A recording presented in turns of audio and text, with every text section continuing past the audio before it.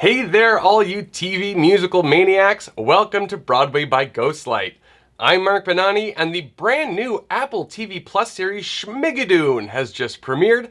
And if you're like me, you loved each and every Broadway musical reference peppered throughout the first episode. So I'm here to tell you all the references, Easter eggs, where the heck you've seen that actor before, and all that sort of fun stuff. I'm hoping to do this every week for the next 5 weeks as each new episode airs, so subscribe now and hit that bell so you won't miss a breakdown. Episode 2 has also dropped this week, so be sure to watch that breakdown right after this. And I've teamed up with Joey McDaniel from the Drunk Broadway podcast, and he'll be giving us his top 5 moments from the episode, so be sure to stick around for that. But now, let's take a hike over a possibly trick bridge. A trick bridge? What would that even be? It would be this, okay? To my dream vacation spot, Schmigadoon.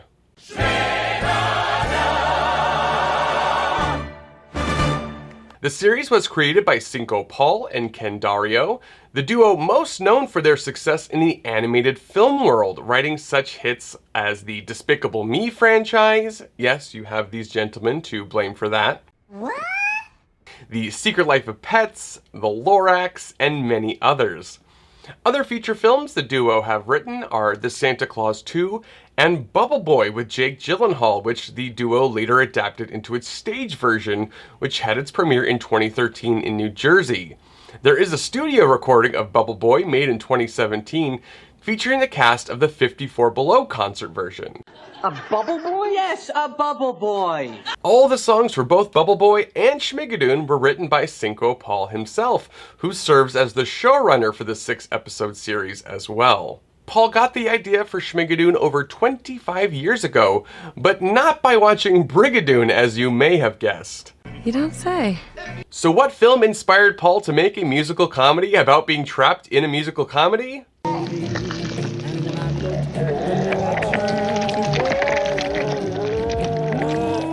Yes, An American Werewolf in London. You didn't see that coming? The opening features 2 friends backpacking over a countryside, and he thought, hey, this is a lot like Brigadoon. I wonder what would happen if these guys stumbled upon a musical instead of a werewolf. He kept that kernel of a story in his back pocket for many years until he heard that theater fan Lorne Michaels was looking for a musical series, and the rest is history. The limited series is directed by Barry Sonnenfeld, whose signature style is prevalent in such films as the Men in Black trilogy and the Addams Family films, as well as in his television series like A Series of Unfortunate Events and the cult favorite Pushing Daisies. I love that show. The first episode starts off by introducing us to our main characters Melissa and Josh. Melissa, an OBGYN, is played by Cicely Strong, best known for her work on SNL. Her soon-to-be longtime boyfriend Josh is played by Keegan-Michael Key, another modern titan of sketch comedy from the Key and Peele show. He also recently starred as Principal Tom Hawkins in the film adaptation of The Prom. Notice the bleak, muted lighting and colors. Definitely makes the transition to the more technical world of the musical more magical. Though this moment with the candy bars really intrigued me, it seems there already may be a bit of magic here. Melissa, of course, here is watching the greatest movie musical of all time, there will be no discussion on that, Singin' in the Rain. The couple are together 4 years and 2 months with no engagement in sight, and so Melissa has the pair go on some sort of couples retreat where they stumble upon the quaint little town of Schmigadoon. Or is it? I love these moments where they call out various tropes in movies and musicals. Church bells? You hear them too? You sometimes hear church bells no one else does? Now why is music coming from everywhere? 2 girls for you and 2 boys for me. Shouldn't all of the kids be for both of us? They bring up all the plants being fake here. And what's with all the fake plants? Maybe they're conserving water. A lot of the props too, which I'll point out later, are fake. This could just be a fun nod to theater sets, but could there be something bigger happening here? Is there someone in the shadows mind controlling these people? Probably not, but you never know.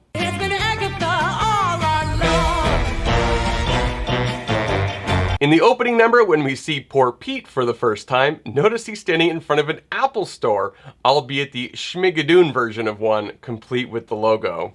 And though the show's title is clearly a play on Brigadoon, this opening number is very much a play on the title song from Oklahoma. Schmiga, Schmiga, Schmiga, Schmiga.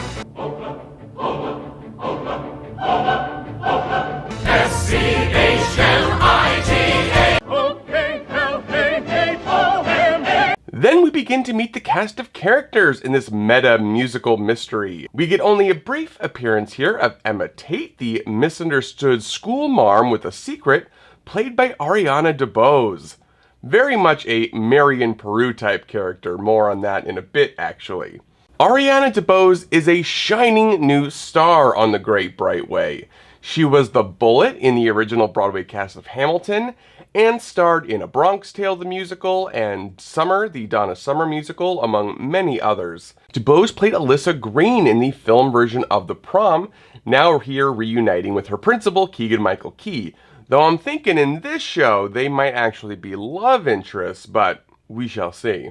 She's also going to be Anita in Steven Spielberg's forthcoming remake of West Side Story. I cannot wait to see more of her in this series. Next, we meet Betsy and her family. Definitely giving me Ado Annie vibes with some Seven Brides for Seven Brothers overtones. Betsy is played by Dove Cameron.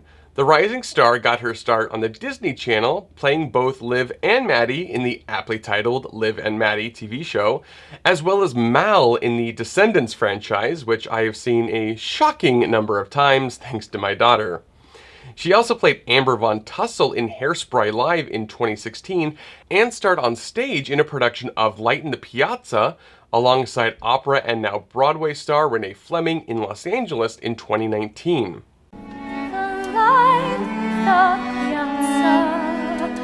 Interesting fact, Kristen Chenoweth has played Dove Cameron's mother 2 times before, in both Descendants and Hairspray Live. Kei-Chen is in this one too, of course, and though it seems they have no relation, it would be a really great twist if they were mother and daughter yet again. We shall see. Here is a fun cameo from the amazing Peppermint, a past contestant on RuPaul's Drag Race. She also starred in the vastly underrated Head Over Heels on Broadway in 2018. This very funny little boy here, named Carson, is a definite stand-in for little Winthrop Peru, made famous by young Ronnie Howard in the film version of The Music Man with lisp and all. He is the younger brother of our Marion Peru avatar, Emma Tate.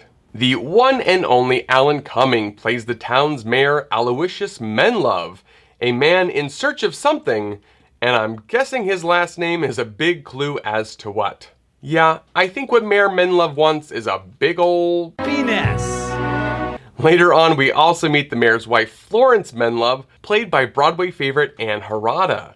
Harada was the original Christmas Eve in Avenue Q, and also appeared on Broadway in Cinderella, 9 to 5, and Seussical, among others. I love her. Then the strict religious, all-up-in-your-business biddy type is introduced as the antagonist. The wife of the Reverend Mildred Layton is played by the always hysterical Kristen Chenoweth. We briefly meet her husband, the Reverend Layton, later on, played by another biggie in sketch comedy, Fred Armisen. And the Wells Fargo wagon brought my new harpoon! Sorry, Pete! The Wells Fargo wagon gets a name drop, a nod to, of course, the earworm from The Music Man. Now I can't get it out of my head! Here is a fun example of props not being real in this magical world. Here, Henry Brown the Iceman holds a giant block of ice, but look at him holding it. It clearly doesn't weigh anything. Love this little call out to Thor. People don't just burst into song in real life. Well, you seem okay with magical hammers that come back when you call them. That's totally different. I love anytime the MCU and musicals collide. And there's also a good point to be made about suspension of belief, but that's a topic for another day. Continuing on. Here you can see the town paper is called the Schmigazette. And then we meet Danny Bailey, the ragamuffin carny bad boy with his eye on Melissa. This variant Billy Bigelow from Carousel is played by current Tony nominee Aaron Tveit. Tveit has starred in the original Broadway casts of Next to Normal, Catch Me If You Can, and currently Moulin Rouge. He's also a fan favorite Fiyero in Wicked. The posters on the wall here are advertising a real circus. The Forepaw and Sells Brothers Circus operated from 1896 to 1911. That's an amusing factoid. Later on, Melissa goes out and meets up with our rapscallion Danny Bailey, the pseudo John Raitt. Or take it or die. Honestly, any excuse to play that clip, I love that. The two have a Schmigadoon version of the iconic bench scene from Carousel. Hey, you trying to get me to marry you? No. Well, then what's putting it into my head? Wait a minute. What are you trying to do? Are you trying to get me to fall for you? What? No. Well, then why do those crazy kind of thoughts keep running through my head? Complete with cherry blossoms, a great little detail. Wow, look at all the blossoms. Happens a lot this time of year. The blossoms are just coming down by themselves. The way he says feller. So, you have a feller? I'm obsessed and will be saying that all the time now. Oh, brother. The song here reminded me a little of What Do I Need with Love from Thoroughly Modern Millie, though by the end it's definitely a play on If I Loved You from Carousel, of course.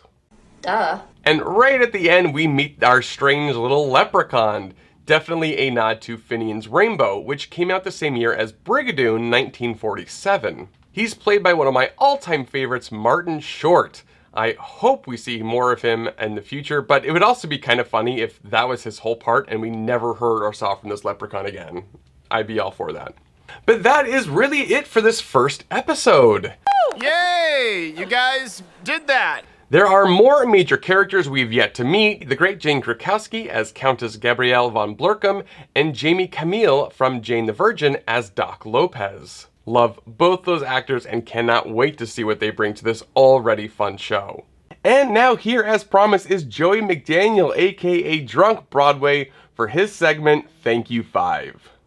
Hi, I'm Joey Drunk Broadway McDaniel, and here's my top 5 favorite things about Schmigadoon Episode 1. Thank you, Cinco Paul, for using physical title cards in the intro while an overture plays. We're 2 seconds in and we're already paying homage to the classics. Thank you, Cara Loveley and Bo Welch, for perfectly nailing the design aesthetic and setting the Technicolor musical tone before a single note is even sung.